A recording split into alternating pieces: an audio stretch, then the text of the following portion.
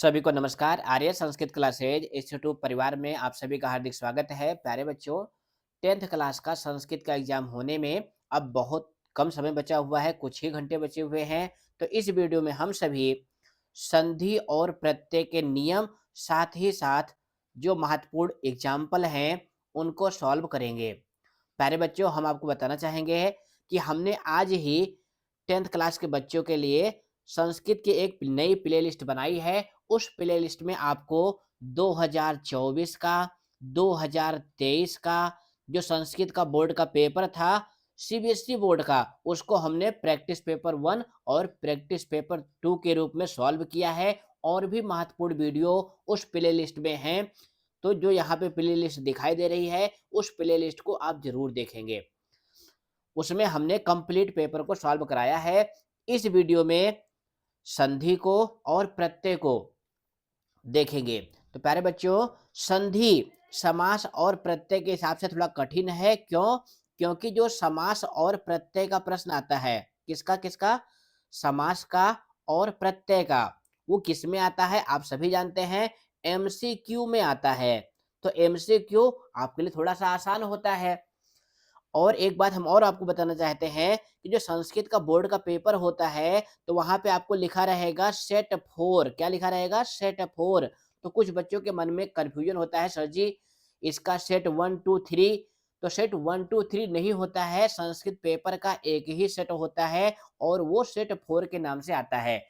तो ये बात आप बिल्कुल मन में बैठा लो, संस्कृत का जो बोर्ड का पेपर होता है वो एक ही सेट में होता है, सेट 4 के रूप में। अब चलते हैं संधि पर। तो संधि जो है 10th क्लास में 2 संधि है। ये आपका सिलेबस है, क्योंकि हम पढ़ाने के पहले आपको सिलेबस ज़रूर बता देते हैं, ताकि आपको क्या पढ़ना है, कितना पढ़ना है, किस टाइप के एग्जाम्पल आएँगे, ये आपको पता चल जाए। तो संधि में व्यंजन संधि है और विसर्ग संधि है। व्यंजन संधि में क्या है? वर्गीय प्रथम वर्णस्य तृतीय वर्णे परिवर्तनम, यानी वर्ग के प्रथम वर्ण का तीसरे वर्ण में परिवर्तन। दूसरी संधि क्या है? वर्गीय प्रथम वर्णस्य वर्गीय पंचम वर्णे परिवर्तनम, यानी वर्ग के प्रथम वर्ण का पांचवें वर्ण में परिवर्तन। अभी परिवर्तन कैसे होगा, किस नियम से होगा, ये सब हम अभी आगे आपको बताएंगे। उसके बाद विसर्ग संधि है। विसर्ग संधि में 3-4 टॉपिक हैं। जैसे विसर्गस्य उत्तम। उत्तम का मतलब क्या होता है? विसर्ग को उ आदेश होता है, फिर इसी को ओ आदेश हो जाता है। कैसे होगा वो अभी आगे बताने वाले हैं। उसके बाद विसर्गस्य रत्वम। रत्वम का मतलब क्या है कि विसर्ग को रा हो जाता है, विसर्ग बराबर क्या हो जाता है? रा। उसके बाद विसर्ग लोपा है। तो विसर्ग लोपा का एग्जाम्पल बहुत कम आता है, यानी अभी तक आया नहीं है। विसर्ग स्थाने सा ये बहुत पूछा जाता है, इसको जरूर देखेंगे। तो अब सीधा चलते हैं व्यंजन संधि पर। तो व्यंजन संधि में आपकी पहली संधि क्या थी? वर्ग के प्रथम वर्ण का तीसरे वर्ण में परिवर्तन। इसी को जसत्व संधि कहते हैं। क्या कहते हैं? जसत्व संधि कहते हैं। अब कोई बच्चा कहे, सर जी हमने साल भर संस्कृत नहीं पढ़ा, अब 1 घंटे में कैसे पढ़ें? तो ध्यान देना, उसके लिए आपको ये तालिका ध्यान देना है। संस्कृत में व्यंजन के 5 वर्ग होते हैं। का वर्ग, चा वर्ग, टा वर्ग, ता वर्ग, पा वर्ग। यहाँ वर्ग का मतलब क्या है? एक फैमिली मान लो, यानी एक ग्रुप। जैसे का वर्ग का मतलब का परिवार, तो इसमें जो है 5 सदस्य हैं, का, खा, गा, घा, अंगा। उसी तरह से चा वर्ग में इसमें भी 5 सदस्य हैं, चा, छा, जा, झा, इया। इस तरह से भी आप मन में इसको बैठा सकते हैं कि हर वर्ग में 5-5 वर्ण होते हैं।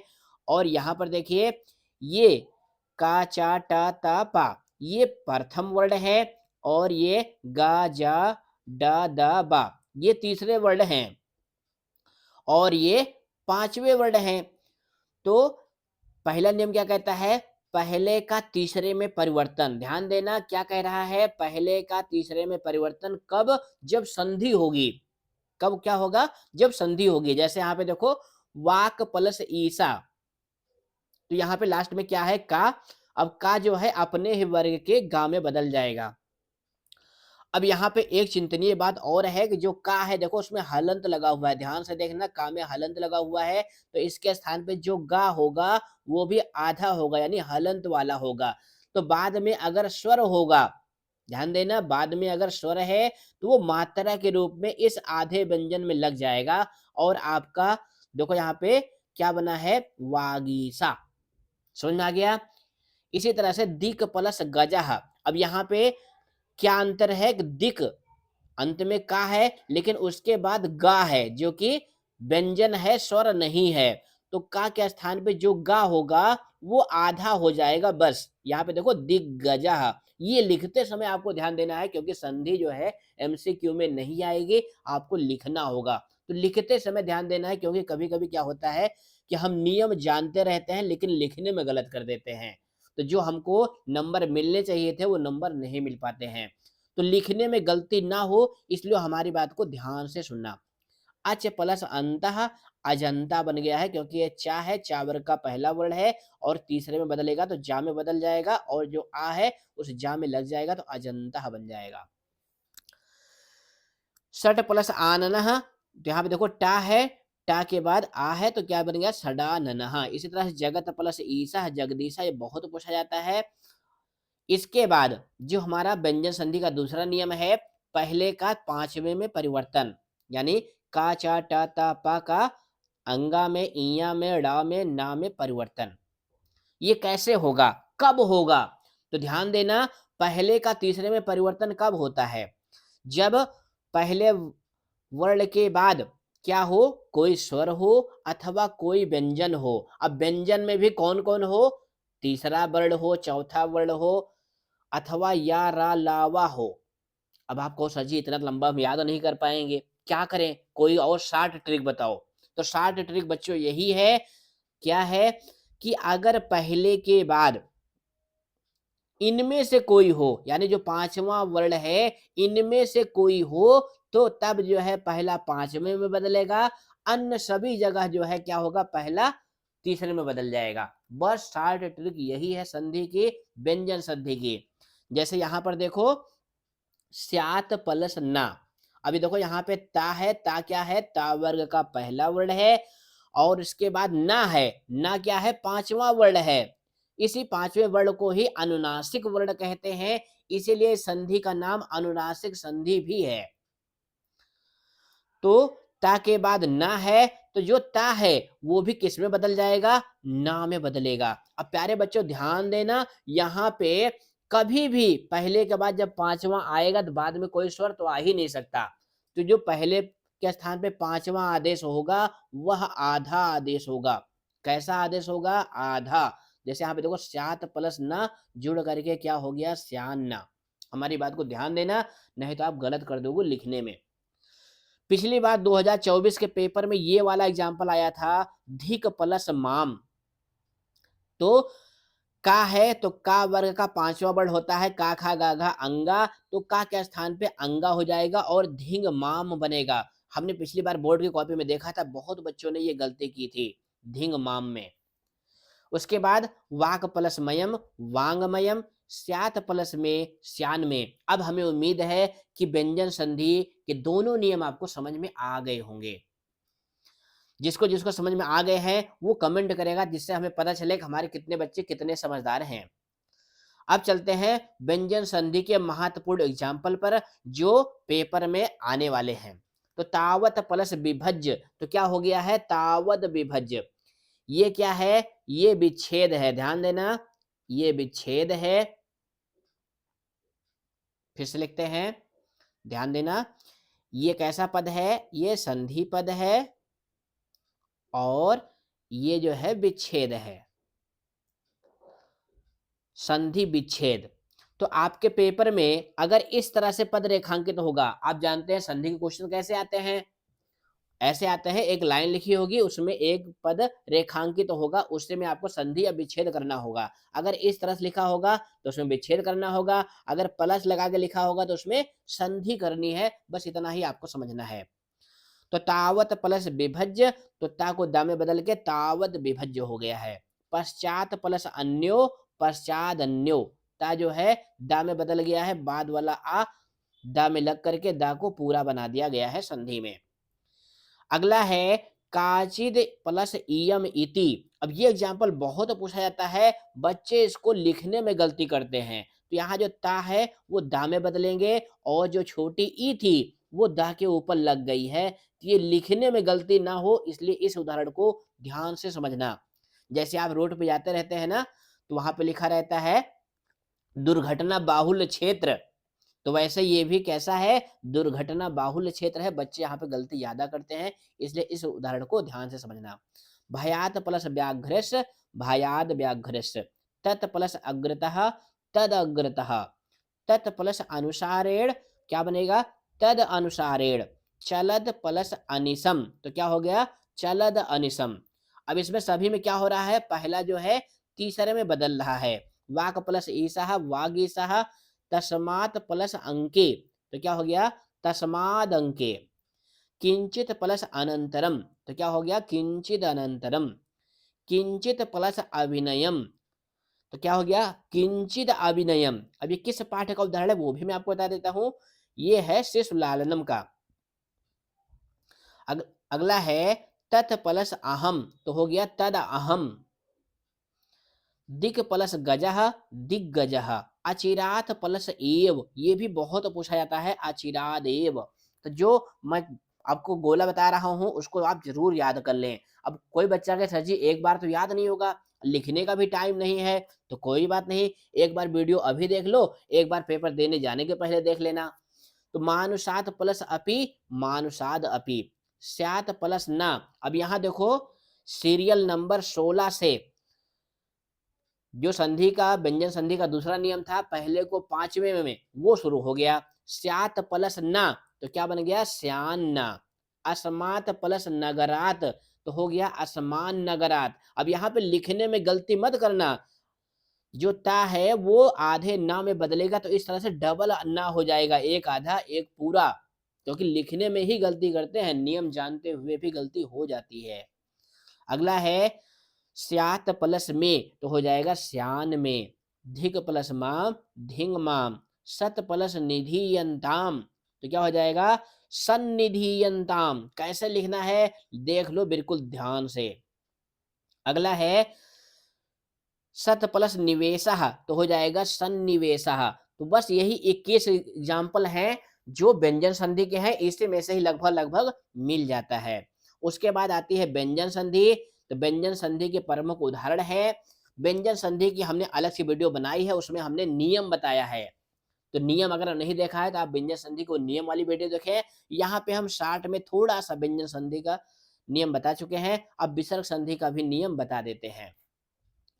विसर्ग किसे कहते हैं आप जानते हैं? जो किसी भी शब्द के बाद में दो बिंदु लगता है, यही विसर्ग है। तो पहला नियम क्या था? विसर्ग बराबर उ, और उ को ही क्या हो जाता है? ओ में बदल देते हैं। तो कब बदलता है उसके लिए ध्यान देना। विसर्ग के पहले आ हो, विसर्ग के बाद में भी आ हो। नियम बिल्कुल ध्यान से, तभी आप कर पाओगे। विसर्ग के पहले भी आ हो, विसर्ग के बाद में भी आ हो। तो जो विसर्ग है और पहला आ है, ये दोनों मिलकर के ओ में बदल जाएंगे, और जो बाद वाला आ है वो अवग्रह में बदल जाएगा। ये जो एस जैसा होता है, बहुत बच्चों को समझ में आता है सर जी एस कहाँ से आ गया, तो इसको व्याकरण की भाषा में अवग्रह कहते हैं, और ये छोटा आ ही होता है। समझ गए? चलिए अगला नियम क्या था? अगला नियम ये है कि विसर्ग हो, विसर्ग के पहले छोटा आ हो। ध्यान देना, विसर्ग हो, विसर्ग के पहले छोटा आ हो, विसर्ग के बाद में छोटा आ ना हो, बल्कि हस प्रत्याहार का वर्ण हो। अब कोई बच्चा के सर जी हस प्रत्याहार क्या होता है? तो सभी वर्गों के तीसरे चौथे पांचवें वर्ण या, व, र, ल और हा, यही आते हैं हस प्रत्याहार में।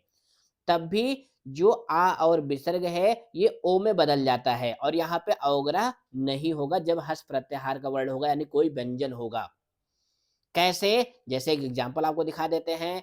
जैसे मनः प्लस रथः, मनः प्लस रथः। अब यहाँ देखो विसर्ग है, विसर्ग के पहले छोटा आ है, विसर्ग के बाद में रा है, तो ये दोनों शब्द मिल करके क्या बन जाएंगे?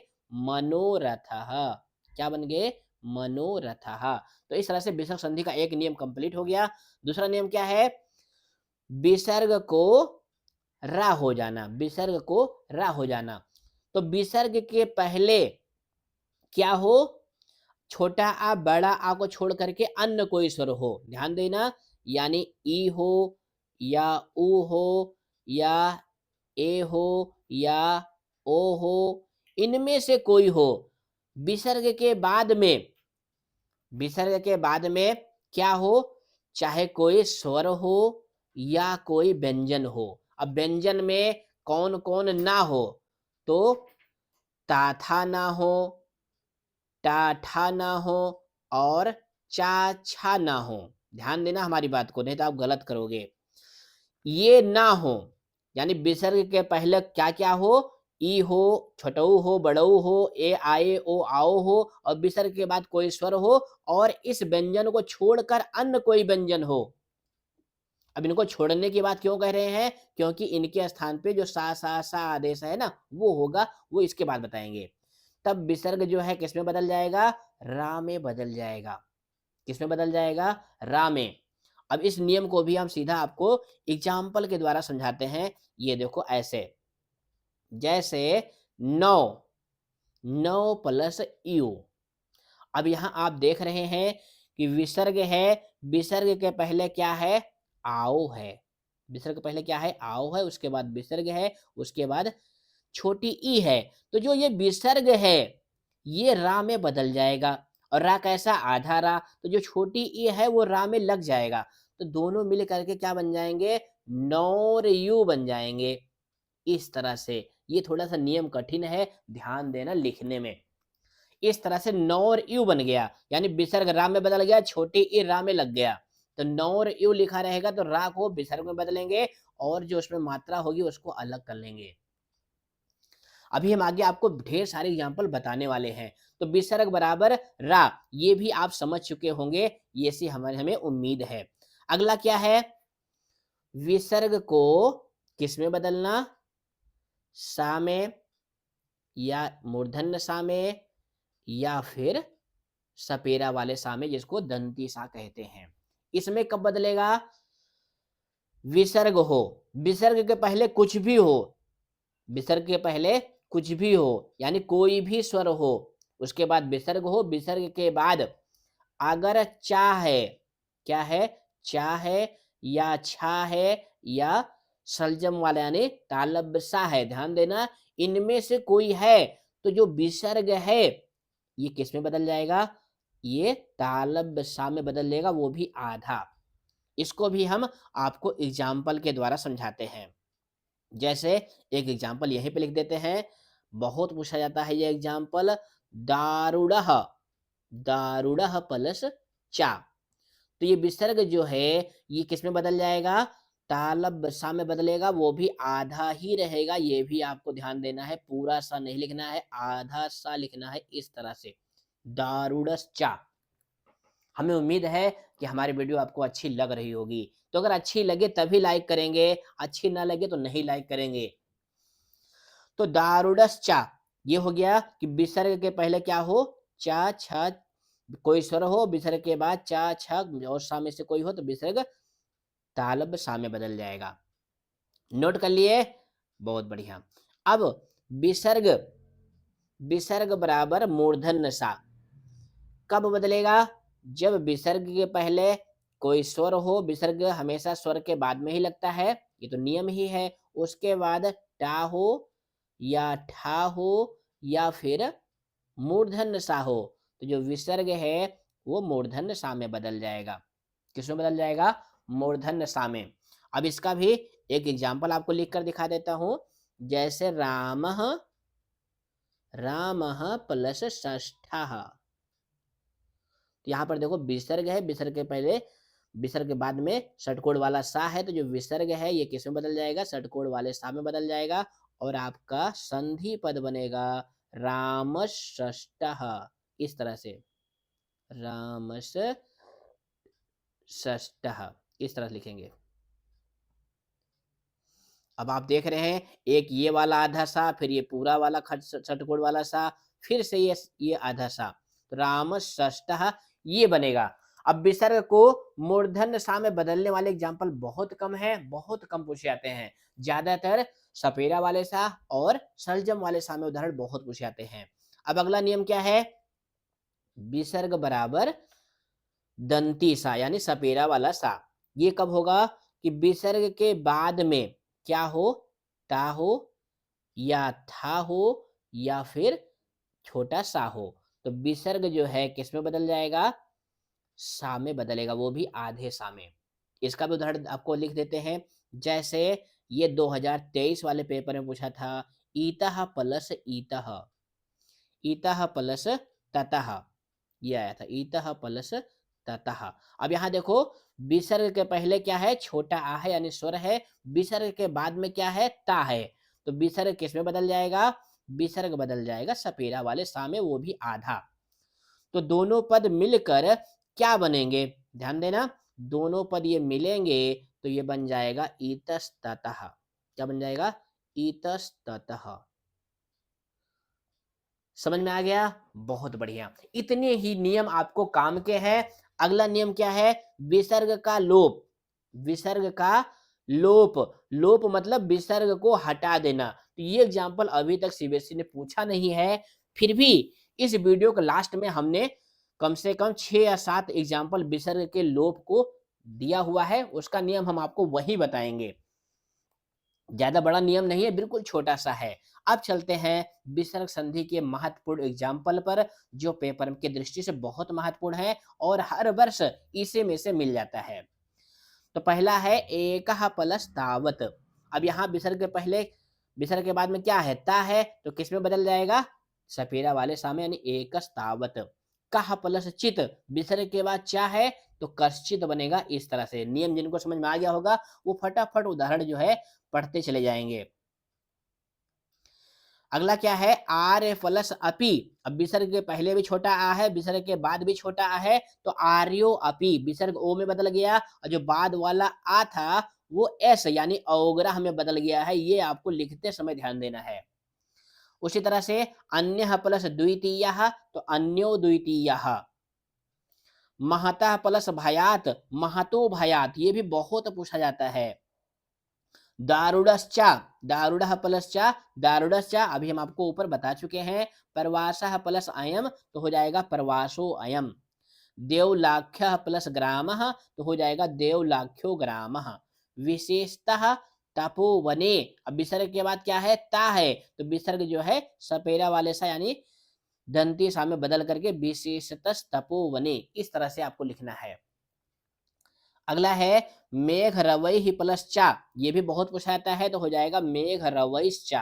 क्या हो जाएगा, मेघ रवैश्चा, यानी विसर्ग जो है सलजम वाले सा यानी तालब सा में बदल गया है। व्याघ्र प्लस अपि, व्याघ्रो अपि। निर्धन प्लस जन, निर्धनु जन।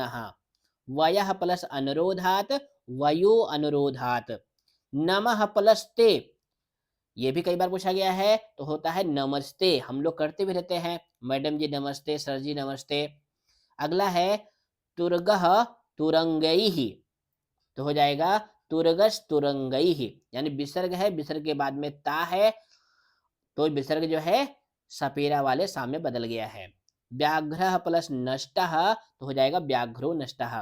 कह प्लस टीकते तो हो जाएगा कश टीकते। अब यहाँ पे ध्यान देना, विसर्ग है, विसर्ग के बाद में क्या है, टा, तो विसर्ग किसमें बदल गया है, आधे मूर्धन्य सा में, और इस तरह से लिखने हैं कश टीकते।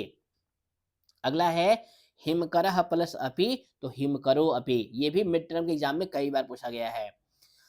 पंडितः प्लस जनः तो हो जाएगा पंडितो जनः। अशक्तस् प्लस चा, अशक्तश्चा। नामतः प्लस वेदितुम तो हो जाएगा नामितो वेदितुम। अब कुछ बच्चे कह रहे हो सर जी इतने सारे एग्जाम्पल तो हम याद नहीं कर पाएंगे, तो प्यारे बच्चों आपको रटना नहीं है, रटोगे तो भूल जाओगे। नियम एक बार मन में बैठा लो, क्या रहेगा तो क्या करना है, बस इतना ही करना है। दयोर प्लस अपि, यहाँ पे देखो विसर्ग के पहले क्या है, ओ है, विसर्ग के बाद में आ है, तो विसर्ग जो है रा में बदल गया। विसर्ग किसमें बदल गया है, रा में, जो बाद वाला आ था वो उस रा में लग गया। तो इस तरह से आपको लिखना है दयोर अपि। इवयोह प्लस जननी, तो यहाँ पे विसर्ग के पहले ओ है तो विसर्ग रा में बदल गया है, और उसके बाद में कोई स्वर नहीं था, जा जो कि व्यंजन है वो था, इसलिए जा के ऊपर रा लगा हुआ है। यहाँ पर देखो ना, ये देखो जा के ऊपर रा लगा हुआ है, इवयोर जननी। तो कैसे लिखना है, बस यही आपको समझना है। तयोः प्लस एकः, तयोरेका, यहाँ भी विसर्ग को र हुआ है। कवेर प्लस उदयः तो हो जाएगा कवेरु उदयः, यहाँ भी विसर्ग जो है रा में बदला है और जो बाद वाला ऊ था वो उसमें लग गया है। इस तरह से, और ये देखो लिखा हुआ है कवेरु उदयः। गुरुः प्लस अयम तो हो जाएगा गुरुर अयम। पतिः प्लस एव, पतिर एवम।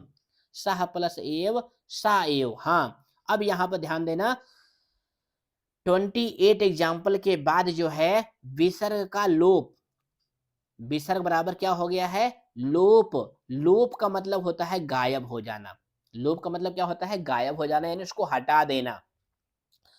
तो कब हटता है ये भी समझ लो, जब विसर्ग के पहले क्या हो? सा हो या बड़ा आ हो। जैसे यहाँ पे देखो सा प्लस एव तो हो, ये संधि विच्छेद पद है और ये संधि पद है। संधि होने पर देखो यहाँ पे विसर्ग क्या हो गया है? गायब हो गया हो। बस। अश्वाह प्लस धावंती तो अश्वा धावंती, विसर्ग लोप हो गया। उसके बाद है, यहाँ पे विसर्ग आएगा, ये लगना भूल गया है। बालाह प्लस हसंती तो क्या बनेगा? बाला हसंती। रामः प्लस आगच्छति तो हो जाएगा राम आगच्छति। निरपः प्लस इच्छति तो निरप इच्छति। तो विसर्ग लोप का उदाहरण आया नहीं है, बस जो उदाहरण है यही आपको रटना है। महिषी प्लस इति, अब ये विसर्ग लोप का उदाहरण नहीं है, विसर्ग को रा होने का उदाहरण है, तो इसलिए महिषीर इति ये बना हुआ है। एस प्लस नमति तो हो गया है एस नमति। उसके बाद चंद्र प्लस उदेति, चंद्र प्लस उदेति है ना, तो विसर्ग लोप हो गया है, तो चंद्र उदेति हो गया है। सह प्लस आयाति तो हो गया है सा आयाति। तो इस तरह से हमने व्यंजन और विसर्ग संधि समझ ली है। बेस्ट ऑफ लक बच्चों। किसी और टॉपिक पे आप वीडियो चाहते हैं तो आप हमें कमेंट करेंगे, आंसर की हम आपके लिए तुरंत अपलोड करेंगे, उसको जरूर देखना। धन्यवाद।